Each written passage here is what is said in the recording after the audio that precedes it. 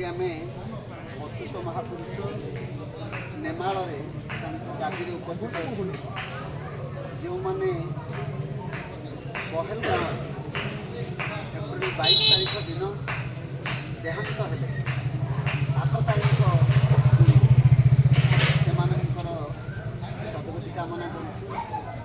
ଏବଂ ଯେଉଁ ବିଧର୍ମୀମାନେ ଆଜି ସନାତନ ମାର୍ଗଦର୍ଶନକୁ, ସନାତନ ଧର୍ମକୁ ବିନାଶ କରିବା ପାଇଁ ଚକ୍ରାନ୍ତ କରୁଛନ୍ତି, ତାଙ୍କ ବିପକ୍ଷରେ ଭାରତ ଯେଉଁ ଯୁଦ୍ଧ ଘୋଷଣା କରିଛି, ସେ ଯୁଦ୍ଧରେ ଭାରତ ବିଜୟ ଲାଭ କରୁ। ଏଥିରୁ ଆଜି ଆମେ ମହାପୁରୁଷ ଅଚ୍ୟୁତଙ୍କ ଗାଦିରେ, ତାଙ୍କ ପୀଠସ୍ଥଳୀରେ ଆମେ ପ୍ରାର୍ଥନା କରୁ।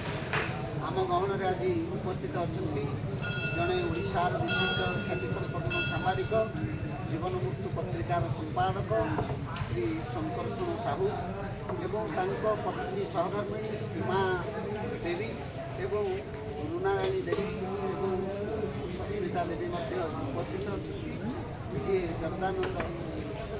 ନଗଦାନନ୍ଦ ଡାକ୍ତରଙ୍କର ସହଧର୍ମିଣୀ ଏବଂ ସମସ୍ତେ ଅଚ୍ୟୁତ ମହାପୁରୁଷଙ୍କର ଦୀକ୍ଷିତ ଏବଂ ବିଶ୍ୱସ୍ତ। ଅଚ୍ୟୁତ ମହାପୁରୁଷ ଯାହା କହିଛନ୍ତି ତାଙ୍କ ମାଳିକାରେ, ତାହା ଗୋଟେ ପରେ ଗୋଟେ ସତ୍ୟ ହେବାକୁ ଯାଉଛି। ତେଣୁ ଏ ସତ୍ୟ ଘଟଣାକୁ ସମସ୍ତେ ସାମ୍ନା କରିବା, ଆମେ ସତ୍ ଧର୍ମ ନ୍ୟାୟରେ ବଞ୍ଚିବା, ସବୁ ଧର୍ମକୁ, ସବୁ ସମ୍ପ୍ରଦାୟକୁ ସମ୍ମାନ କରିବା ହେଉଛି ସନାତନ ମାର୍ଗଦର୍ଶନର ମୁଖ୍ୟ ବାର୍ତ୍ତା।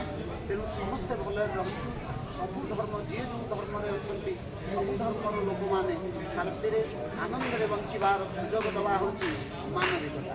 ତେଣୁ ଯେଉଁ ବିଧର୍ମୀମାନେ କେବଳ ଆମେ ଏ ଧର୍ମରେ ରହିବୁ, ଅନ୍ୟ ସବୁ ଧର୍ମ ବିନାଶ ହେଉ, ଏ ଚିନ୍ତା କରି ଭାରତର ହିନ୍ଦୁ ଧର୍ମର ସନାତନ ମାର୍ଗଦର୍ଶନର ଭକ୍ତମାନଙ୍କୁ ଗୁରୁବିଦ୍ଧ କରି ସ୍ୱର୍ଗାରୋହଣ କରାଇଛନ୍ତି, ସେମାନେ ଶହୀଦ ହେଇଯାଆନ୍ତୁ, ଶହୀଦ ହେଇକି ରୁହନ୍ତୁ ଏବଂ ଅମର ହୁଅନ୍ତୁ, ଏତିକି କାମନା କରି ଆଜି ଏ ପୀଠରେ ପ୍ରଭୁ ଅଚ୍ୟୁତ ମହାପୁରୁଷଙ୍କୁ ପ୍ରଣାମ ଜଣାଇ ସେମାନଙ୍କର ମଙ୍ଗଳ କାମନା, ତାଙ୍କ ପରିବାରର ଅବଶିଷ୍ଟ ଯେଉଁମାନେ ରହିଲେ ତାଙ୍କର ଶାନ୍ତି କାମନା, ତାଙ୍କର ସମୃଦ୍ଧି କାମନା, ତାଙ୍କର ଆୟୁଷ କାମନା କରିବା ସହିତ ଭାରତ କିପରି ଭାବରେ ସମଗ୍ର ବିଶ୍ୱ ଗୁରୁ ହେବ ଏବଂ ପାକିସ୍ତାନ ଏହି ଯୁଦ୍ଧରେ ଭାରତ ବିଜୟ ଲାଭ କରିବ, ଏତିକି କାମନା କରି ଆମେ ଆଜି ଏଇଠୁ ଅଚ୍ୟୁତ ମହାପୁରୁଷଙ୍କ ପାଖରୁ ଏ ଯାତ୍ରା ଆରମ୍ଭ କରୁ। ଜୟ ଶ୍ରୀ ଜଗନ୍ନାଥ, ଜୟ ଅଚ୍ୟୁତ ମହାପୁରୁଷ।